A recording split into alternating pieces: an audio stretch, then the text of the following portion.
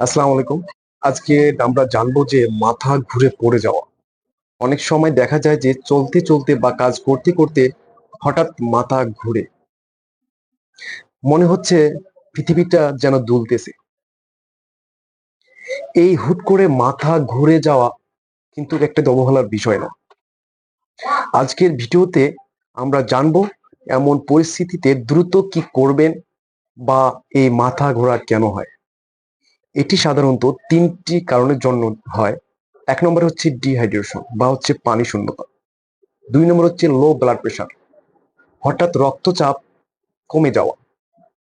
Anaemia, রক্তে haemoglobin বা আয়রনের অভাব। সাথে কানের সমস্যা বা সুগার কমে যাওয়ার কারণেও হতে পারে।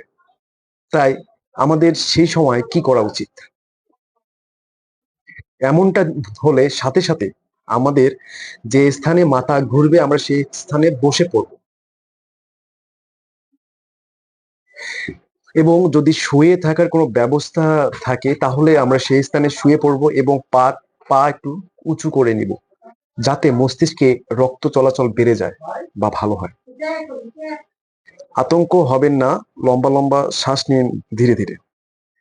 যদি মনে হয় প্রেশার কমে গেছে তাহলে লবণ ও চিনির শরবত বা স্যালাইন খান। আপনার যদি মাথা ঘোরার সাথে বুক ব্যথা, কথা জড়িয়ে যাওয়া বা চোখে ঝাপসা দেখার মতো সমস্যা মনে হয়, তাই দেরি না করে একজন ডক্টরের পরামর্শ নিন। কেননা এতে করে স্ট্রোক বা হার্টের সমস্যা লক্ষণ হতে পারে।